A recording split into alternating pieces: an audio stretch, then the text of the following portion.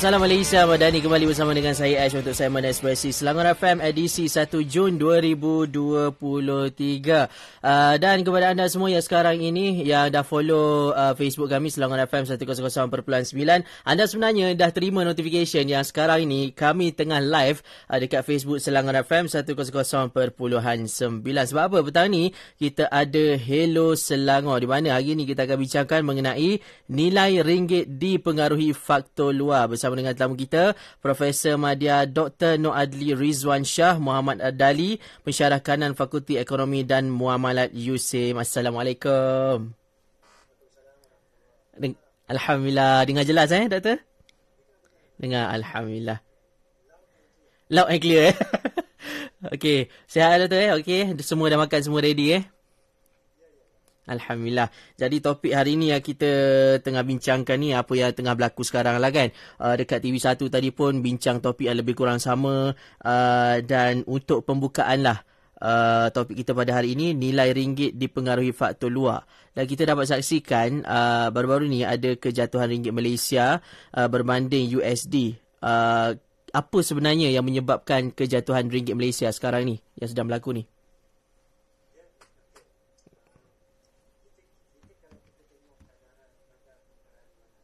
Hmm.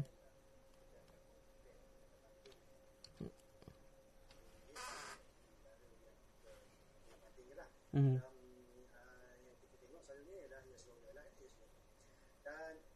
Dan sekarang ni kalau kita tengok US dollar index, US dollar index, maksudnya US dollar index tu maksudnya dia tengok kepada kekuatan US dollar berbanding dengan negara-negara lain. Hmm.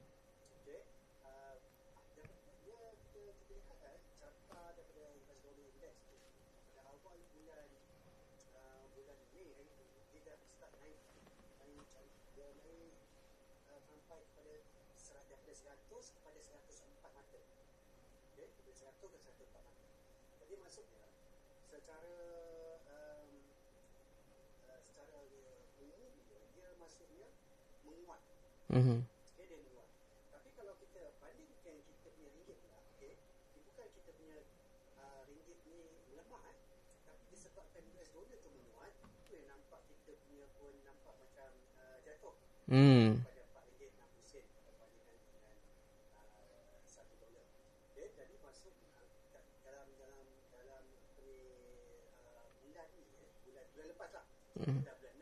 Betul. Bulan lepas pergerakan US dollar tu memang dia meningkat.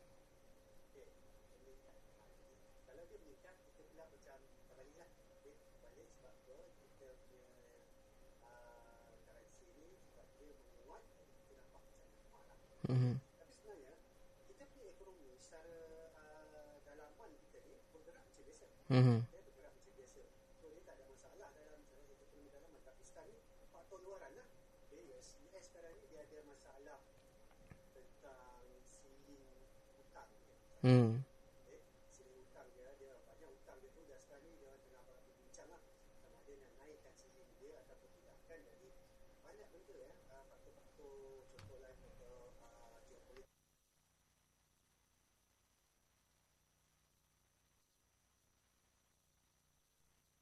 Dari segi macam mana pengiraan kadar perkara luar asing, kita akan secara dia punya matematik ni lah, matematik dia apa yang digunakan oleh para ahli ekonomi sebagainya ialah interest rate, iaitu kadar faedah dan juga kadar inflasi. Dia dua benda ni.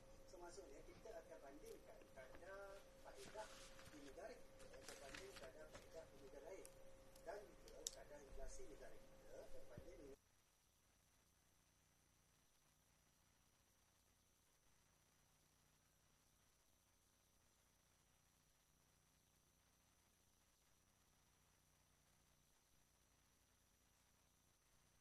dengan kalau kita lihat macam mana progres kita punya kadar faedah di negara kita berbanding dengan kadar faedah di Amerika Syarikat kan, contoh sekarang ni OPR kita dinaikkan daripada dulu 1.75%, naik sampailah sekarang ni 3%, maksudnya 3%.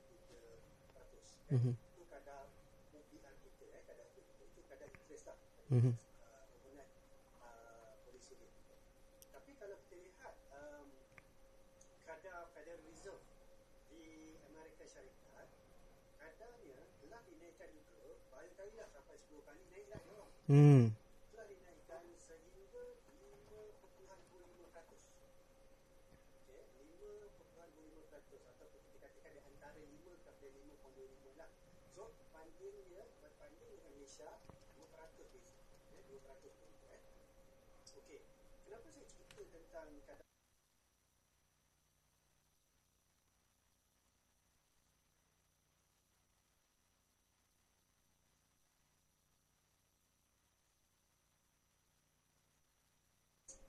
jadi kalau kita lihat sikit daripada segi sebagai contohnya pelabuh antarabangsa dia akan melabur ke negara yang boleh memberikan pulangan yang lebih tinggi dan juga mempunyai mata wang yang lebih stabil lah. Okay, kalau kita bandingkan sebagai contoh masa kita baru naik kepada 3% tu, masa bulan lepas awal bulan lepas kita naikkan 3%, maka masa tu US 5.25%. Okay, 5.25%. Saya nak tanya kalau kita diberikan pilihan antara 3 berbanding 5, yang mana kita nak pilih kalau kita melabur? Saya ni tak berhenti nak melabur. Melabur lain saya tahu.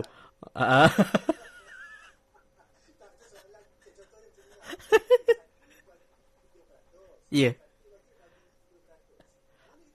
Okey, 5 lah kot sebab pulangan lagi tinggi.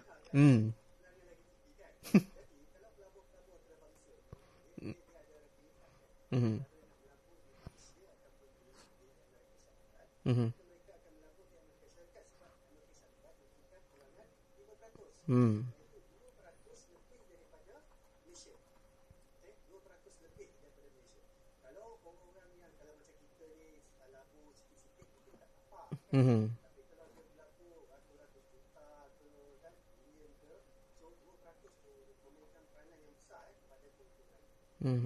Okay?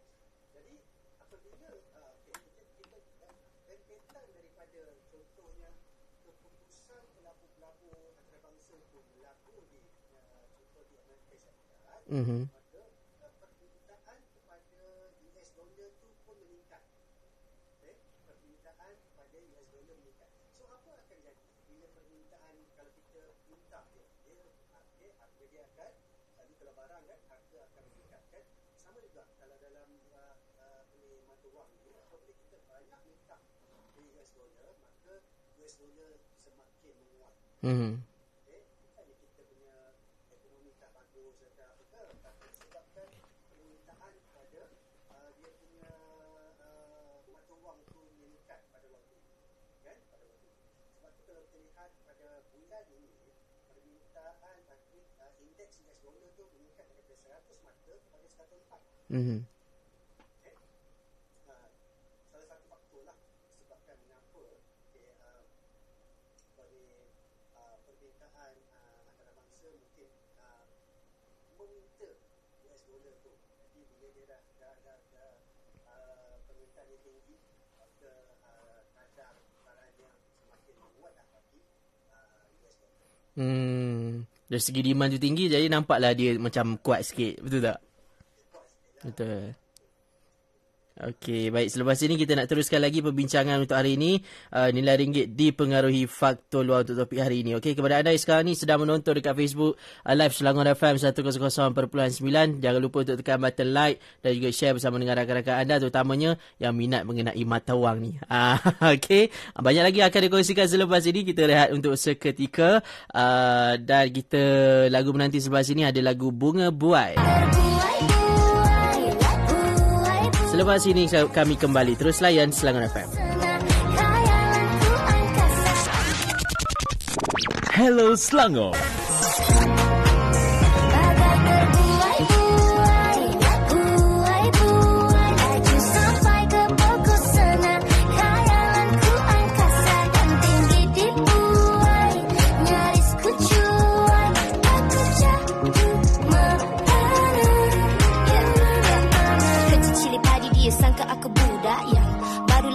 belajar merangkak dan terpaksa kata ya, terpandai kata tak. Kalau nak berjaya ikut kata apa dia nak. I beriak tanda tak dalam, jadi aku elak. Banyakkan berdiam, simpan dalam hati. Moga terisi nanti, buka lembu di cuci hidung nak ikut suka hati. Silam mata tapi jangan silam mulut. Hidup macam graf ada naik turun. Cuma nak bebas walau berbaju kurung. Tetap usaha dan kalau tak dapat hari ni try esok. Lurus dan belok, yang penting cuba dapat yang elok. Dan belajar untuk tak berharap. Duduk badan masih banyak perangkap.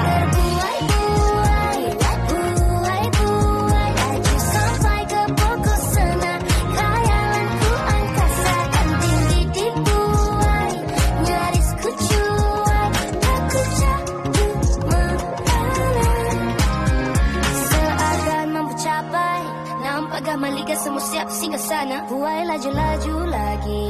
Biar melamu mimpi. Janji yang terbaik ku berikan untuk keluarga. Benda takkan saya terfikir orang ya. Tak suka pandang korang mana depan ya. Yang minta jatuh sakit tak boleh bangkit balik.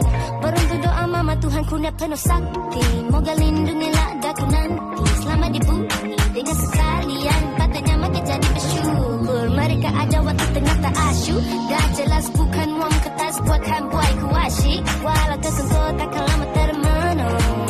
Memang sangat nak mengubah nasib. Buai, buai, buai. Laju sampai ke pokok sana. Khayalanku angkasa dan tinggi di buai. Nyaris ku cuai. Aku jatuh mempana. Bagai terbuai, buai. Buai, buai. Laju sampai ke pokok sana. Khayalanku angkasa dan tinggi di buai. Nyaris ku cuai. Aku jatuh mempana. Jadi kena atur sebelum semuanya menjadi kelam kabut. Jika dalam kabus cari jalan keluar pastinya mudah. Takkan aku terpercaya denganmu dan terbuai, tak terbuai. Bagai terbuai, buai, buai, buai. Laju sampai ke pokok sana. Khayalanku angkasa dan tinggi di buai. Nyaris ku cuai. Aku jatuh mempana. Bagai terbuai, buai, buai, buai. Laju sampai ke pokok sana. Khayalanku angkasa dan tinggi di buai. Nyaris ku cuai. Aku jatuh mempana.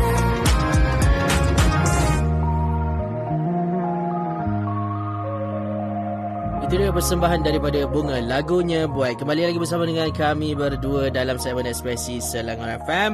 Saya tak berkesorangan pada petang ini dalam Hello Selangor. Kita bersama dengan Profesor Madya Dr. Noradli Rizwan Shah Muhammad Dali, Pensyarah Kanan Fakulti Ekonomi dan Muamalat USIM. Jadi sekarang ni antara yang event terbesar yang berlaku adalah Pesta Buku Antarabangsa Kuala Lumpur 2023 PBAKL yang bermula pada 26 Mei hingga 4 Jun 2023 yang anda boleh pergi di Pusat Dagangan Dunia PWTC Kuala Lumpur. Doktor, dah pergi dah Pesta Buku? Belum sempat lagi. Oh, buku ada kat sana juga? Oh. Oh. Faham. Buku apa doktor? Boleh sentuh sikit. Yang saya nampak kawan saya share tu ada buku Aha.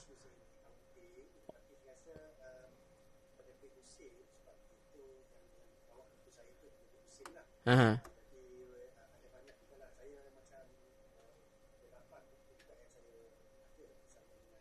Wow.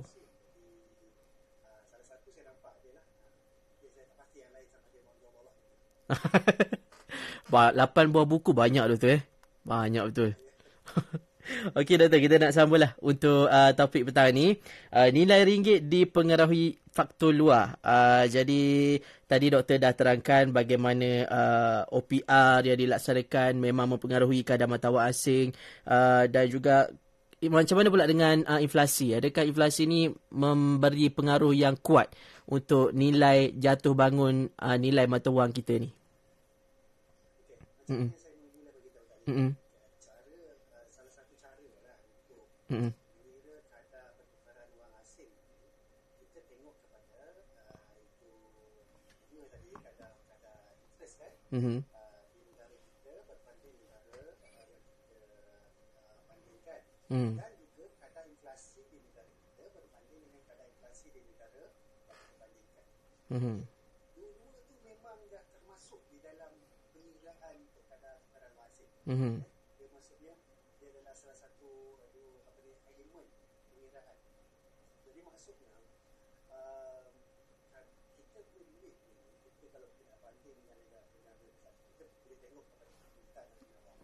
Tapi cara pengiraan yang menggunakan interest atau inflasi, dia akan menggunakan kesan yang serentak lah.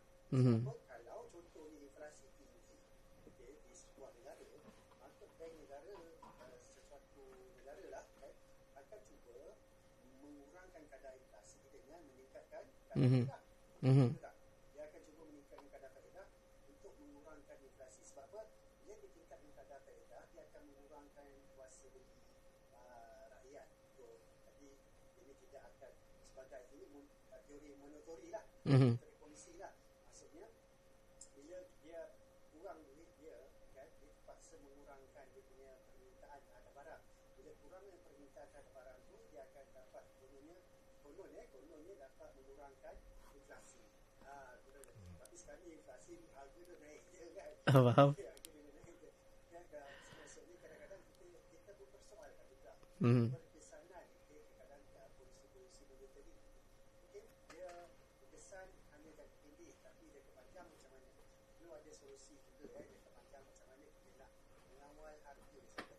Tapi bila contohnya inflasi di sebuah negara tu tinggi, dia akan membuatkan keyakinan kepada pelabur ataupun pemain pasaran untuk mungkin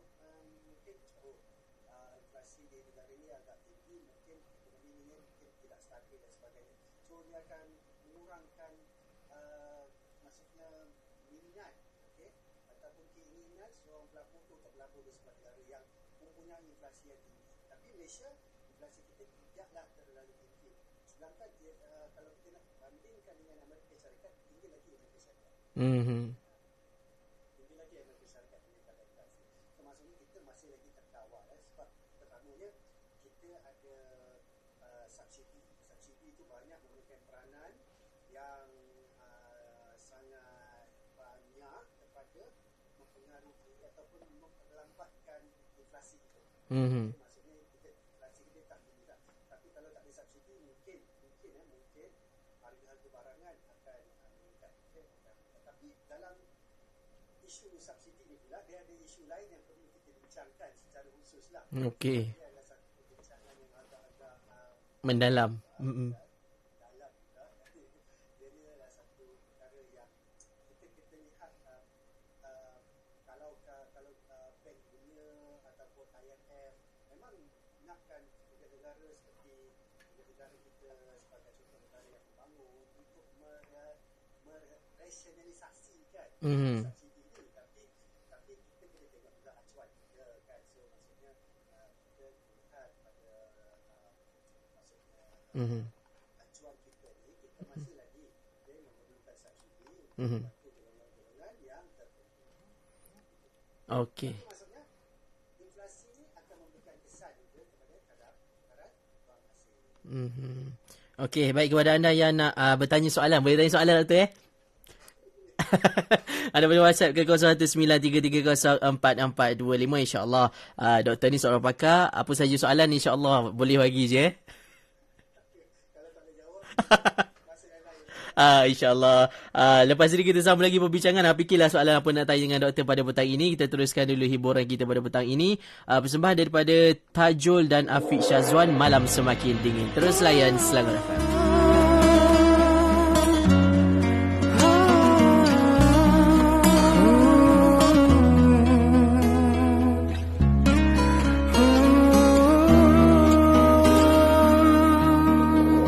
Aku cuba untuk mendekati, tapi engkau tiada peduli. Tulisnya niat di hati, mungkin kau tersalah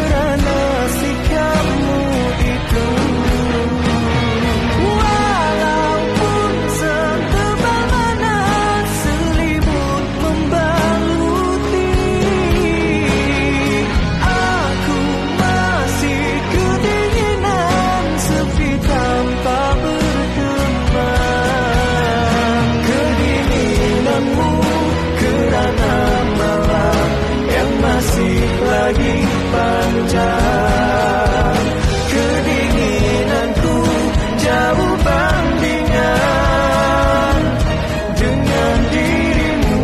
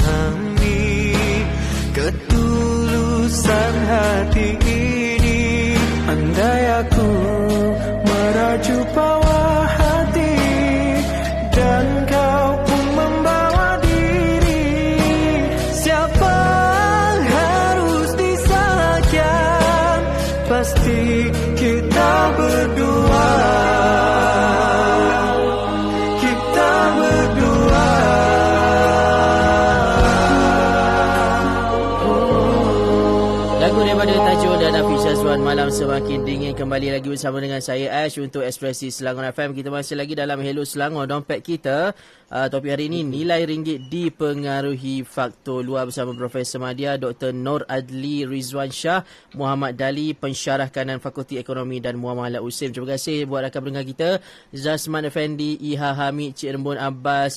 Ada lagi rakan-rakan pendengar yang lain yang komen dekat live Facebook Selangor FM 100.9 sekarang ini. Dan Doktor, ada soalan daripada Muhammad Adil Arifin dekat Facebook live kita. Ada kemungkinan tak ringgit mengukuh? Itu soalan dia. Ada kemungkinan tak ringgit mengukuh? Ada. Dia macam ni lah. Pasaran ni kita tak boleh tentukan. Kita tak boleh tentukan. Pasaran ni adalah satu kalau dalam kewangan dia ada dua, kita panggil sistematik dan juga non-sistematik. Yang sistematik, risiko sistematik ni lah risiko pasaran dan sebagainya kan. Yang ni kita tak dapat elak. Kita tak dapat elak. Maksudnya benda ni kalau dia jadilah. Okay? Kalau COVID contohnya kan tu dia jadi. So kita tak boleh nak elak. Tapi yang kita boleh elak ialah non-systematic risk ni, risiko yang tidak bersistematik ni, maksudnya risiko contohnya yang berdasarkan kepada syarikat kan, kekuatan syarikat dan sebagainya. Jadi maksudnya kalau dalam konteks ni kita memang tak dapat nak mengelakkan risiko pasaran ni sampai zero lah, tak boleh elak, memang ada. Okay, memang ada. Kalau kita, so maksudnya dia ada juga kemungkinan dia akan naik dan kemungkinan dia akan turun. Kan? Jadi cuma kita kena bersedia bagaimana kalau contohnya ringgit maksudnya makin turun kan, sekarang ni RM4 lebih kan. Jadi kalau dari satu segi kita memang akan terasa kalau kita banyak mengimport. Sebagai contoh kita mengimport dan kita terpaksa bayar lebih lagi kan. Sebab kita punya ringgit kita kena bayar dulu, kalau dulu RM4.40, sekarang RM4.60 kan. So maksudnya lagi banyak lah kita kena keluar duit untuk membeli barangan import, barang import. Dan maksudnya kalau dalam kita punya situasi sebagai contohnya, kita banyak import barang makanan. Okay? Barang makanan contohnya gandum, daging kan dan sebagainya kan. Jadi maksudnya ianya mungkin akan memberikan kesan kepada import kita dan juga inflasi yang kita import. Okay? Inflasi yang kita import. Jadi maksudnya kita memang mengharapkan bahawa ringgit tu akan dapat menguat kembali, okay, akan stabil balik supaya kalau kita nak import tu kita tak perlulah bayar yang banyak sangat.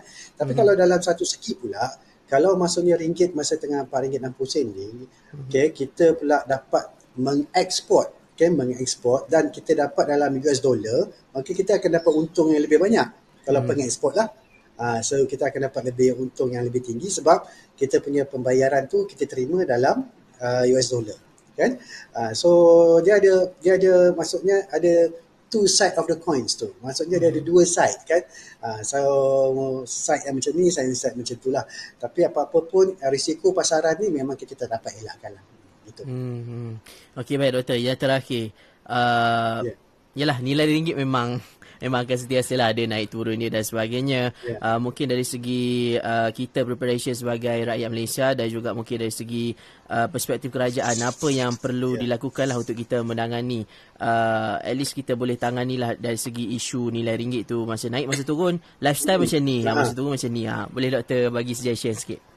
Okey, kepada maksudnya negara ke kepada kita rakyat? Kedua-dua je.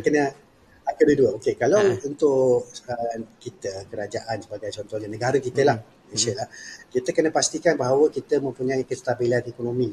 Kestabilan ekonomi sangat penting, kestabilan politik pun penting juga. Okey, maksudnya kestabilan ekonomi itu maksudnya ekonomi domestik kita ni mesti kuat. Okey, mesti kuat. Lagi satu saya perlu yang kita mungkin boleh lihat, okey, maksudnya pembuat polisi mungkin boleh mengambil satu tindakan jangka pendek lah, bukan jangka pendek, iaitu cuba menguatkan lagi domestik ekonomi kita, ataupun kalau kita ada dulu kita pernah cadangkan lah panggil cottage industri kampung lah, industri kampung ni, supaya dia dapat merancangkan lagi ekonomi dalaman, supaya kita tak terlalu bergantung dengan import. Okay, import kita kan. Kita kalau kena import, memang kalau masa currency kita tengah jatuh, memang kita kena bayar banyak. Tapi kalau kita dapat mempertingkatkan lagi kita punya ekonomi dalaman kita, sebagai contohnya kalau daging kita import kan. Apa kata kalau kita pula yang mengeluarkan daging, mengeluarkan daging. Gandum tu saya agak muskil lah macam mana kita nak buat gandum kan, sebab kita punya cuaca kan, so agak sukar lah. Tapi kalau daging kan, ataupun daging lembu, daging kerbau ke kan, yang mana kita boleh keluarkan sendiri kan, sebagai contohnya kan.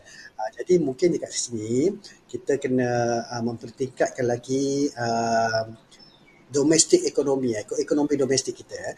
Dan yang kedua, kita kena jagalah perhubungan antara bangsa ni. Sekarang ni kita lihat di dalam dunia sekarang ni dia dah ada macam pergolakan lah di antara kuasa-kuasa besar dan sebagainya kan. Kita nak kata kita kuasa besar, memang taklah, kita memang kecil je kan. Jadi kita kena jaga hubungan tu. Macam mana kita nak jaga hubungan tu? Dengan Amerika Syarikatnya lah, dengan Rusia, dengan China. So maksudnya kita kadang-kadang takut kita pula yang tersepit di antara kuasa-kuasa besar ni. Jadi kita kena jaga hubungan antara bangsa yang baik dengan ke mana-mana pihak lah, ke mana-mana pihak, supaya kita dapat manfaat lah daripada hubungan yang baik tersebut. Dan juga kalau untuk dari segi kerajaan juga, kita perlu lihat macam mana kita menguruskan hutang kita, hutang kita, dan juga kita punya perbelanjaan kita, perbelanjaan kita tu. Maksudnya kita punya perbelanjaan fiskal kita. Yang ini pun sangat penting sebab apa? Mereka syarikat pun, sebuah negara yang besar, ekonomi yang besar pun mempunyai masalah hutang sekarang ni. Dan mereka terpaksa berpakat dan juga melihat kepada persetujuan ahli parlimen mereka untuk sama ada nak tingkatkan siling hutang dia ataupun tidak. Sebab kalau dia tak tingkatkan siling hutang dia dah tak boleh bayar hutang. Dia tak boleh bayar hutang. Jadi itu isu dia juga. Jadi maksudnya kita kena tengok, okey, ni ada masalah. Kita tengok walaupun negara besar, negara ekonomi besar, mereka pun juga boleh mempunyai masalah hutang dan juga masalah pengurusan perbelanjaan fiskal. Dan yang seterusnya ialah dari segi itu tadi fiskal memang dibuat oleh polisi-polisi kerajaan lah. Satu lagi ialah polisi monetary. Okay, polisi monetary pun kita boleh kena lihat lah. Monetary ni sama ada selalunya dilaksanakan oleh bank negara lah. Bank negara sama ada meningkatkan kadar faedah ataupun mengurus bekalan wang di dalam negara kita. Jadi ini pun salah satu perkara yang penting lah. Sebab apa? Dia ada kait dia dengan kadar tukaran wang asing tadi. Sebab dia kalau bank negara dia kawal interest, betul tak? Interest, OPR tu, dan juga inflasi tu memang boleh juga dikawal oleh sama ada dia meningkatkan kadar faedah ataupun menurunkan kadar faedah. Itu dari segi teori monetary. Tapi kita tak boleh hanya bergantung kepada satu polisi monetary saja. Sebab tu kita perlu gandingkan antara polisi fiskal tadi dan juga polisi monetary tadi. Untuk rakyat pula, untuk rakyat pula, kita kan sekarang ni kita masih lagi dalam proses untuk recovery lah, untuk kembali pulih daripada ekonomi kan. Dan juga kita juga lihat banyak faktor-faktor luaran seperti masalah geopolitik dan sebagainya. Maksudnya kita pun mungkin ada isu-isu yang dihadapan yang kita tak tahu lagi, yang akan berlaku pada waktu akan datang, terutama dari segi isu global lah, isu global. Sebagai contoh, masa awal tahun tu kita ada lihat bank-bank di Amerika Syarikat mengalami masalah dan sebagainya kan. Dan kita kalau ikutkan kepada teori pengalaman bank-bank yang mengalami masalah pada tahun-tahun 2008 dan sebagainya, dia akan mengambil masa dalam masa 6 ke 9 bulan barulah kita akan lihat bank-bank lain juga akan mengalami masalah. Tapi dengan benda-benda yang macam ni, maksudnya kita sebagai rakyat kita kena berhati-hati di dalam kita untuk membuat perbelanjaan, membuat hutang-hutang yang besar dan sebagainya, supaya kita dapat mengawal ataupun mempunyai simpanan kecemasan lah yang paling penting sekali. Simpanan kecemasan ni kita kena ada simpanan kecemasan sekurang-kurangnya 3 bulan ke 6 bulan. So itulah salah satu yang boleh membantu kita kalau apa-apa berlaku dalam konteks ekonomi global kan, yang mana apabila ekonomi global tu mengalami masalah, kita juga akan mengalami sedikit maksudnya rantaian daripada ekonomi global tersebut. Jadi mungkin kita dapat bertahan lah apabila berlaku sesuatu yang kita tidak sangka akan berlaku pada waktu yang akan datang. Betul. Okey, terima kasih doktor untuk tipsnya yang cukup detail juga untuk sama-sama kita amalkan, terutamanya berhadapan dengan perkara yang tidak menentu. Okey. Terima kasih banyak doktor sudi bersama kita pada petang ini dalam Hello Selangor Dompet kita. Terima kasih Ash. Terima kasih banyak-banyak. Lepas ni bagaimana doktor? Sama makan? Tadi dah makan dah, barulah lepas makan. Ngam-ngam sebelum bersiaran saya dah makan dulu. Okeylah, boleh pergi PBAKL lah doktor. PKL tak dapat lagi lah masa yang sesuai. Faham, insyaAllah. Ada masa kita jumpa kat sana Okey, terima kasih banyak. Assalamualaikum doktor. Assalamualaikum warahmatullahi. Okey, terima kasih kepada anda yang dah menonton di Facebook Live Selangor FM 100.9. Kepada yang tak berkesempatan untuk dengarkan di Facebook kami tadi, anda boleh share bersama dengan rakan anda. Kami akan tinggalkan dekat situ sebagai siaran ulangan untuk Hello Selangor Dompet kita pada minggu ini. Selepas ini saya kembali bersama dengan anda untuk jam yang kedua Ekspresi Selangor FM. Kita ada karaoke sumbang ke bimbang. Kalau anda nak call kami, anda boleh call kami di 0322873203 ataupun boleh hantarkan voice note anda ke 0193304425. Petang ini kita berhibur dulu dengan lagu ini, Lukas Sikta dan Heidi, Yang Itu Yang Ini. Terus layan Selangor FM.